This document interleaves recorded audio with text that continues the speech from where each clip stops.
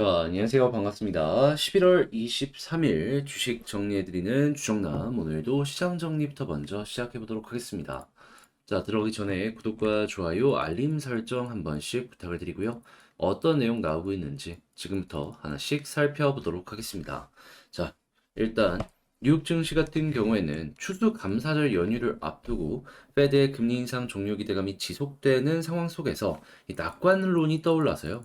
3대 증시 모두 상승 마감하는 모습이 보여지게 되었습니다.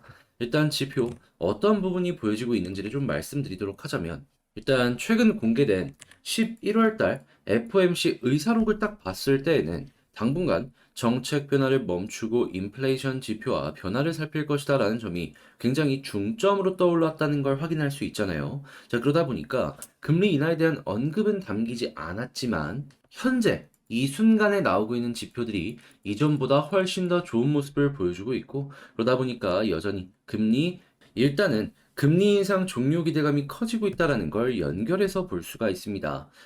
그런데 이제 이 이후에 우리에게 중요한 건 금리 인하가 언제 진행이 될 것이냐라는 거잖아요. 근데 여기에 대해서 평가를 하기는 이제 빠르면은 내년 3월 얘기하는 사람들이 있고요. 그리고 이제 대체적인 중로는 내년 6월 전에는 이 금리 인하가 시작이 될 것이다 라고 이야기하는 사람들이 많으니까 지금 아직 시간이 좀 남았잖아요. 이 부분은 급하지 않게 넉넉하게 보시는 게 어떠할까 이렇게 여러분들께 말씀을 드리고 싶습니다. 또한 이스라엘 하마스 간 전쟁이 휴전에 돌입을 했다라는 소식이 전해지고 있습니다.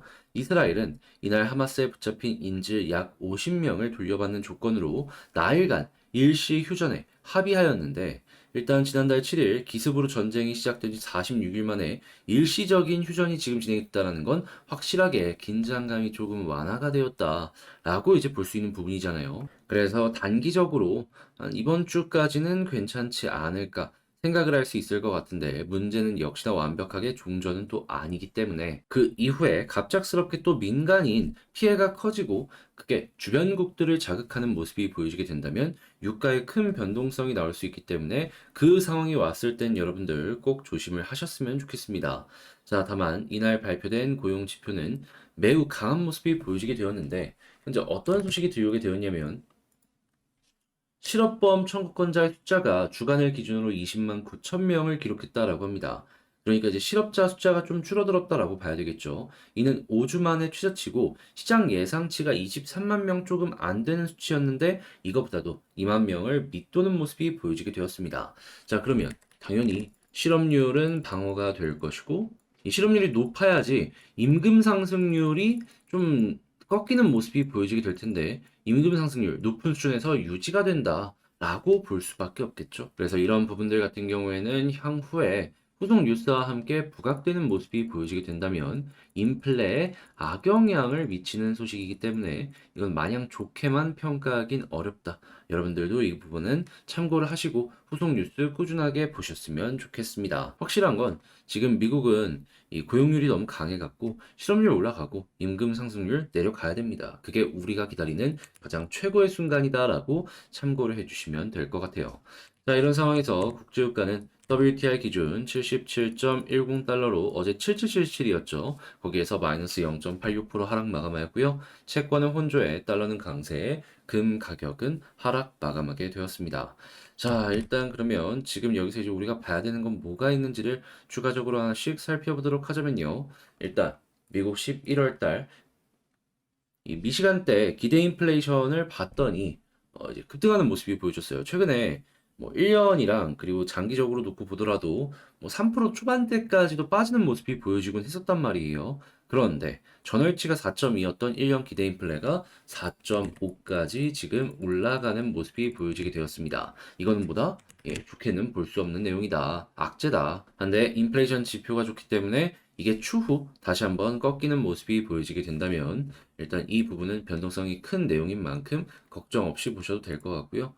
당연히 인플레에 대한 이러한 내용이 좀 부담이 되는 모습이 보여지다 보니까 금리가 높은 수준에서 꾸준하게 유지할 것이다라는 전망 계속해서 나올 수밖에 없는데 그런 상황에서 이 한국 같은 경우에는 사람들이 고금리를 버틸 수 있는 체력이 많이 떨어진 것으로 보여지고 있습니다. 어떤 내용이 나오고 있냐? 3분기 말에 은행 연체율이 4년 만에 최고치를 기록하고 있다.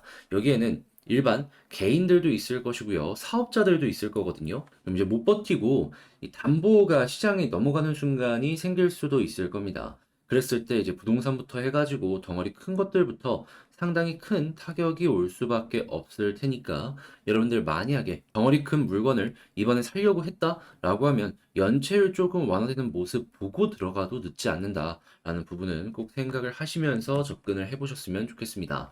자, 그리고 이렇게 은행 연체율이 꾸준하게 높아지게 된다면 여기에 수혜를 받는 기업 누가 있다? 채권 추심 업체들. 우리 흔히 뭐 신용정보라고 해가지고 관련 테마로 엮여있는 종목들이 있잖아요. 이들이 실적이 높아질 그 순간이 온다라고 볼 수 있기 때문에 지금 현재 상황에선 그런 종목들도 한번 살펴보셨으면 좋겠습니다. 자, 그리고 지금 최근에 테슬라의 스페이스 X가 이 위성 쐈는데 공중에서 터졌다라는 내용이 들려오게 되었었는데 이 한국 우리도 이제 간다 라고 하면서 지금 일정 잡아 있는 거 확인할 수 있죠. 22일에 우주로 발사할 계획이다라고 발표를 했다라고 하는데 당연히 여기 들어가 있는 소형 위성부터 시작을 해서 로켓 관련으로 엮여 있는 종목들 같은 경우에는 여러분들 한번 살펴보시면 좋겠고요. 자, 그리고 한국산 철도 깔리는 파나마 얘기 나오면서 발주 사업만 22조 원이 들어갈 것이다라고 이야기가 들려오고 있는데 철도 차량부터 시작을 해가지고 이 철로를 까는 게 다 철이잖아요. 그리고 이제 건설 회사들까지도 여러분들 엮어서 한번 보셨으면 좋겠습니다. 자, 그리고 지금 이 친환경에 대해서 이야기가 다시 한번 나오는 거 확인할 수 있습니다. 아무래도 이 친환경 이 사업이라는 것 자체가 자기 돈보다는 외부에서 이제 차입을 해와서 사업을 하는 경우가 상당히 많은데 금리 인상의 끝이 보여진다. 금리 인하가 내년부터 시작한다. 이런 얘기가 들려오니까 미리미리 준비한다라고 얘기가 들려오고 있잖아요. 그래서 태양광부터 시작을 해서 이 풍력까지도 이 바닥 찍은 거 아니냐라는 이야기가 상당히 많이 들려오고 있는데 그와 마찬가지로 세트로 현재 묶을 수 있는 게 전기차 충전소거든요. 예, 스타벅스랑 이번에 현대중공업이랑 다시 현대자동차랑 협약을 맺는다라고 하니까 이외에도 다양한 기업이 이 전기차 충전소 수혜를 받는지 이거 한번 보시면 좋을 것 같고요. 자, 그리고 중저가 화장품 더 간다라는 이야기가 들려오면서 화장품도 풀릴 것이다라고 보여지는 거 확인을 할 수 있겠습니다. 근데 이제 화장품 같은 경우에는 양극화가 되게 심해질 것이다라고 생각을 하는 이유가 지금 이 경기가 되게 안 좋아지고 양극화 그러니까 돈 있는 사람들은 돈 더 많고 돈 없는 사람은 돈이 더 없는 이런 모습이 많이 보여지잖아요. 근데 화장품은 어떻게 보면 여자들에게 필수제란 말이에요. 돈이 없다고 해서 안 사지는 또 않을 거라고요. 그럼 비싼 건 비싼 대로 팔리고 싼 건 싼 대로 팔리는데 중간 가격의 제품들은 어떻다? 이게 부담이 될 수밖에 없다. 왜냐하면 명품 사는 사람들은 중간 거 잘 안 살 거고 저가 사는 사람들은 중간 거를 고민을 하다가도 이게 부담이 되면은 이거 굳이 사야 될까라는 생각을 할 수밖에 없을 테니까요. 그래서 중저가 이쪽 위주로 여러분들 한번 주목을 해보시면 좋겠고요. 자, 그리고 태양광 침체 얘기 나오고 있는데 지금 태양광 업체들 정확하게 3분기부터 장비 새롭게 셋업 시작하고 있죠. 그렇다라는 얘기는 뭐다? 이제 곧 있으면 반등할 수 있으니까 회사의 효율화를 위해서 여기서 인적 구조 조정을 하는 걸 수도 있겠구나. 확실히 2분기, 3분기까지 태양광 실적이 안 나온 건 맞거든요. 그런데 태양광 기업들이 3분기부터 왜 장비 셋업을 하는 걸까요? 살아날 것이다라고 보는 겁니다. 카카오도 비슷한 결로 이제 구조조정하면서 회사 건실하게 만들고 지금 반등을 노려보고 있기 때문에 태양광도 마찬가지다 정도로 여러분들이 체크를 하시면 될 것 같습니다. 자, 마지막으로 닭고기, 커피, 원유 등 76개 품목에 관세를 인하할 것이다 라고 얘기 들려오면서 식품 가격의 상승을 막으려는 정부의 노력이 보여진다. 이게 딱 이제 우리에게 와닿고 있는데 확실한 건 식품 가격을 올리지 않는다라고 하더라도 이렇게 관세 인하로 인해서 원가율이 낮아지게 된다면은 식품 기업 입장에서는 어차피 영업이익률 올라갑니다. 그럼 여러분들 같은 경우에는 이 부분도 식품 기업들에게 참 좋은 호재였다. 그래서 이제 이 일정 맞춰서 꿈틀거리는 업종들 한번 살펴보셨으면 좋겠습니다. 자, 이렇게 해서 시장 정리 한번 싹 해봤는데 어떻게 여러분들께 도움이 되었을지 모르겠습니다. 잘 봤다라고 생각을 하신다면 구독과 좋아요, 알림 설정 한 번씩 부탁드리고요. 자, 그리고 지금 말씀드린 내용들 같은 경우에는 우리 텔레그램 공부방에서 같이 미리 이렇게 공부했던 내용들 장 시작 전에 올려드리고 있으니까 들어오셔서 이렇게 하트도 눌러주시고 이제 같이 한번 공부해보고 싶다라고 하시는 분들은 영상 소개란에 있는 링크 클릭하시고 입장을 해주시면 될 것 같습니다. 자, 그러면 개별 종목 살펴보도록 할게요. 자, 안녕하세요. 반갑습니다. 제가 이번에 가지고 온 종목은 두산 에너빌리티를 가지고 왔습니다. 일단 제가 이전 영상에서 이 부분이었죠. 이 수급이랑 같이 괜찮으니까 조금 더 지켜보자 라고 말씀드렸는데 오늘 올라왔습니다. 한데 이걸로 만족 못하죠. 수급 좋고 그리고 이렇게 차트의 모습이 보여지게 되면은 저는 한 번 더 치고 가는 모습도 빠른 시간 내에 우리에게 나올 수 있을 것이다 라고 생각을 합니다. 자, 그때 여러분들이 집중해서 보시면 좋은 내용이 뭐가 있는지 지금부터 하나씩 살펴보는 시간을 갖도록 하겠습니다. 자, 들어보시고 도움 된다면 구독과 좋아요, 알림 설정 한 번씩 눌러주시면 감사드리겠습니다. 자, 일단 가장 먼저 최근에 어떤 소식이 들려왔냐? 두산 하면 원전이죠. 그런데 이 원전 관련해서 지금 프랑스가요, 원전 8기 추가적으로 설치하는 걸 검토하고 있다라고 합니다. 물론 프랑스가 EU 내에서 이 원전 강국으로 불리우고 있고, 그리고 지금 이 순간에도 계속해서 원전 수출을 위해서 적극적으로 움직이고 있다는 건 확인할 수 있습니다. 한데 프랑스 내부에 원전을 추가로 설치하는 건 완전히 다른 얘기다라고 말씀을 드리고 싶은 게 얼마 전까지만 하더라도 독일이 완전 친환경이라는 키워드를 가지고 탈원전 100% 완성을 해냈잖아요. 그러면서 그 주변국들에게도 자극 그리고 압박을 주게 되었었는데 그러다 보니까 프랑스 같은 경우에서도 자국에서는 이제 더 이상의 원전 설치는 스탑하고 그리고 오히려 원전 폐쇄에 대한 이야기들도 상당히 많이 들려오곤 했거든요. 그런 곳에서 완벽하게 방향을 바꾸는 이러한 내용이 나오게 되었다라는 겁니다. 물론 자국 내 원전 기업이 있기 때문에 프랑스에 원전을 설치하면은 한국이 끼어들 틈은 없을 거예요. 하지만 이러한 내용이 보다 주변국에는 확실하게 자극이 갈 수밖에 없을 것이고 그때는 원전 수주전이 열리게 될 가능성이 높을 것이며 그러면 우리나라가 여기에 끼어들 가능성은 앞으로 높아지면 높아지지 떨어지진 않을 것이다라고 생각을 해보기가 좋다라는 겁니다. 그러면 야, 이에 대해서 후속으로 그 이외에 원전에 관심이 없었던 기업들, 국가들에서도 원전에 관심을 갖는 모습이 보여지고 이게 뉴스로 연결되면 에너빌리티의 상승 가능성은 앞으로도 계속해서 높아질 수밖에 없겠죠. 그랬을 때 이제 돈이 좀 많으면 소형 원전에 대해서도 이야기가 많이 나올 것이기 때문에 여러분들 같은 경우에는 그냥 뭐가 되었든지 간에 두산은 다 여기에 대응할 수 있으니까 전부 호재구나 라고 생각을 하시면서 접근을 해보시면 좋을 것 같습니다. 그리고 무엇보다 이게 싼 전기랑도 연결되고 그게 투표랑도 연결되는데 제조업 경쟁력이랑도 연결이 되거든요. 저는 개인적으로 독일이 어떻게 나올지가 참 궁금하다. 그래서 다른 그 주변국들이 이 싼 전기를 바탕으로 제조업 경쟁력을 확보하고 있는데 독일이 계속 뒤처지려고 할 것인가? 이걸 여러분들 한번 보는 것도 되게 괜찮은 포인트가 될 것 같습니다. 자, 그리고 이렇게 원전이 계속해서 투자되는 모습이 보여지게 되면은 이 패키지로 묶여가는 산업이 하나가 더 있죠. 그게 뭐냐? 원전 좋은 건 알고 그 다음은 수소죠. 실제로 두산 같은 경우에도 원전 팔면서 수소를 패키지로 밀어 넣고 있잖아요. 그래서 이제 수소 쪽도 어떤 얘기가 지금 들려오고 있는지를 좀 살펴보면 좋을 것 같은데, 근데 이제 과거랑은 다르게 산업 생태계라는 것 자체가 국가들이 동시에 움직여야지 이게 빠르게 크고 경쟁력도 갖추게 되거든요. 자, 그런데 여기에 대해서 지금 어떤 모습들이 보여지고 있냐면, 자, 일단 바로 여기 수소도 원전을 뒷받침할 수 있는 이런 부분으로 키워드가 잡혀 있잖아요. 근데 한화 괜찮은 모습, 이렇게 무언가가 나오는 거 확인할 수 있고요. 자, 그리고 코오롱 역시 마찬가지고 두산, 포스코.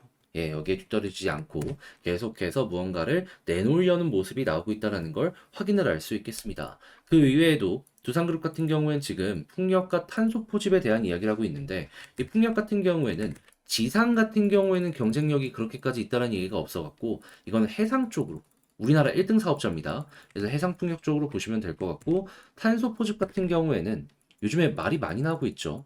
실제로도 이 관련 사업이 많이 좀 초기 단계긴 하지만 진행이 되려는 모습도 보여주고 있습니다. 그래서 이 부분에서도 무언가 특별한 기술이 나오는지, 안 나온다면 뭐 어쩔 수 없는 거고, 나온다면 회사가 한 단계 더 발전을 하는데 도움이 될 것이다 정도로 체크를 하며 꾸준하게 추적 관찰을 하시면 좋을 것 같습니다.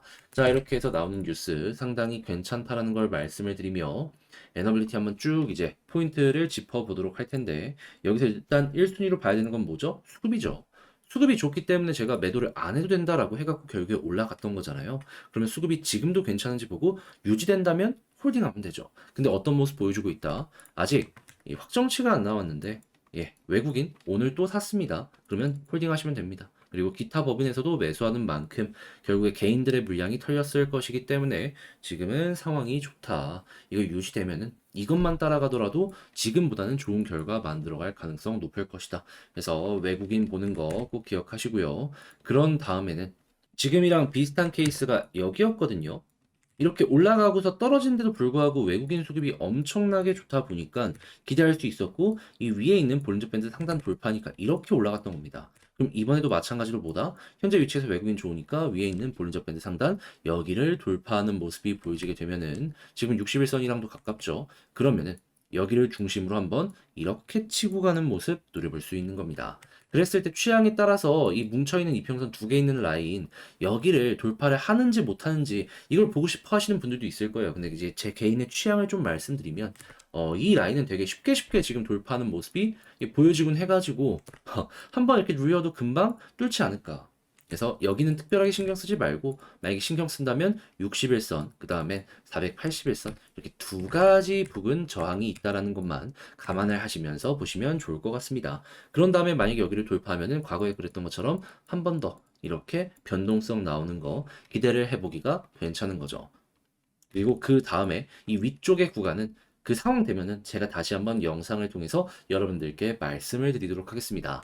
자, 그러면 지금 봤던 걸 바탕으로 총정리 한번 해보도록 하자면요. 일단 첫 번째, 뉴스를 봤을 때, 유럽 원전에 대해서 굉장히 적극적으로 움직일 것 같다. 그런데 수소도 굉장히 크게 발전을 하고 있기 때문에 이쪽의 미래는 밝다. 두 번째, 수급을 봤을 땐 제가 계속 말씀드리는 일단 1순위 외국인 보시면 되는데 오늘도 들어오는 모습이 보여지고 있어서 굳이 매도할 이유는 없다. 그냥 이것만 추종하더라도 괜찮은 거예요.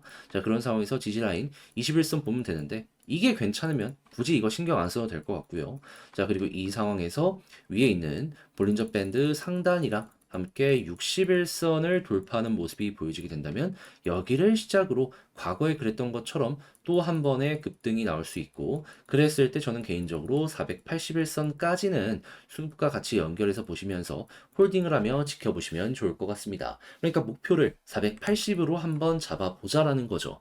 자, 이렇게 해서 이 두산 에너빌리티에 대한 총정리를 한번 맞춰봤는데 어떻게 여러분들께 도움이 되었을지 모르겠습니다. 잘 보았다라고 생각을 하신다면 구독과 좋아요, 알림 설정 한 번씩 부탁을 드리고요.